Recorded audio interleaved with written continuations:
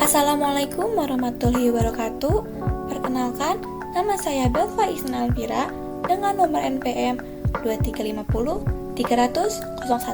Saya dari FKIPN Unpas, jurusan Pendidikan, Bahasa dan Sastra Indonesia. Adanya video ini untuk memenuhi salah satu tugas mata kuliah pragmatik mengenai analisis tindak tutur. Semoga video ini bermanfaat dan selamat menyaksikan. Tindak tutur adalah teori penggunaan bahasa yang dikemukakan oleh John Langston Austin pada tahun 1962 dalam bukunya yang berjudul How to Do Things with Words.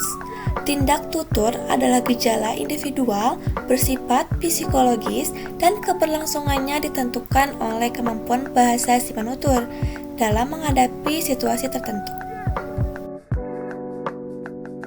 Klasifikasi tindak tutur terbagi menjadi 5. Yang pertama itu ada assertive, yakni tuturan yang mengikat penutur pada kebenaran posisi yang mengungkapkan, misalnya menyatakan, menyarankan, membual, mengeluh, dan mengklaim. Yang kedua itu ada directive, tuturan yang dimaksud agar si mitra tutur melakukan tindakan sesuai tuturan, misalnya memesan, memerintah, memohon, menasihati, dan merekomendasi. Yang ketiga itu ada commissive, yakni tindak yang menuntun penuturnya berkomitmen melakukan sesuatu di masa depan.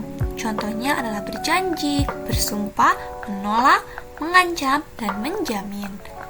Yang keempat itu ada expressive, yakni ungkapan sifat dan perasaan tentang suatu keadaan atau reaksi terhadap sikap dan perbuatan orang. Contohnya yaitu memberi selamat, bersyukur, menyesalkan, meminta maaf, menyambut, dan berterima kasih. Yang terakhir itu ada declarative, yakni ilustrasi yang menyebabkan perubahan atau kesesuaian antara proposisi dan realitas. Contohnya adalah membaptis, mengecat, memberi nama, dan menghukum. Let's go, mari kita ngobrol. Ira, apa kabar? Halo Kak, baik-baik. Aku ada buku kamu nih di sini nih. OMG. Ini Kimchi Confession. Tapi kamu tadi bawa buku juga. Iya, aku bawa buku. Boleh lihat nggak? Itu buku aku kalau nggak salah ya.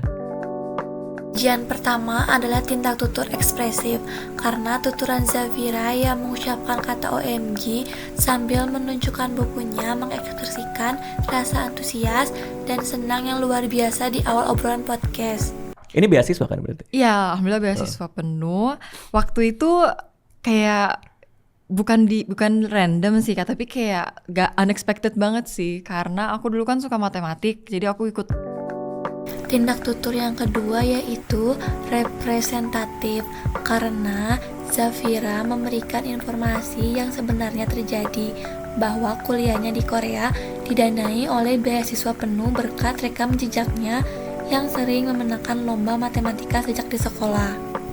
Bisa sabar nggak kamu hidup? Kamu hidup dulu aja boleh nggak sih? Kayak gimana ceritanya anak SMP udah mikirin saya akan mencari beasiswa S1?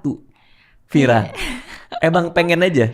Emang pengen aja, terus kita juga mikir kayak long term loh kalau misalnya mau S1 duluan. Ini kan berarti tindak tutur yang ketiga adalah direktif, karena tuturan Raditya Dika ini dikategorikan direktif karena berupaya interupsi santai yang bermaksud meminta atau menuntut kejelasan dari Zafira mengenai alasan unik mengapa seorang anak usia SMP sudah merencanakan masa depan sejauh itu.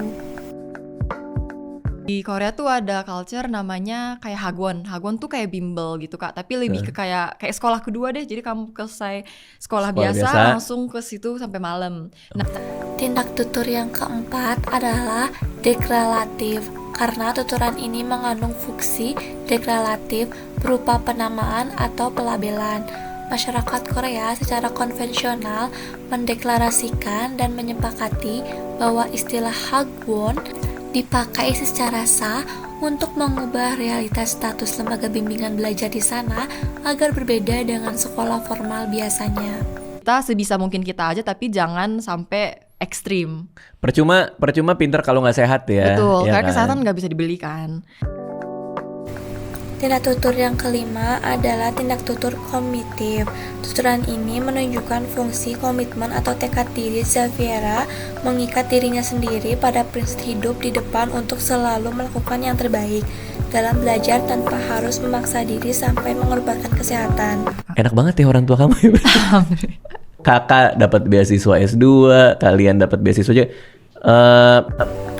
Tutur kata yang keenam adalah ekspresif. Tutur kata Raditya Dika menyatakan, enak banget ya jadi orang tua kamu, berfungsi sebagai bentuk ekspresi pujian atau rasa kagum terhadap keberuntungan serta prestasi keluarga Xaviera yang semuanya berhasil meraih beasiswa. Sekian pembahasan dari saya, mohon maaf ada bila salah kata dan perbuatan. Wassalamualaikum warahmatullahi wabarakatuh.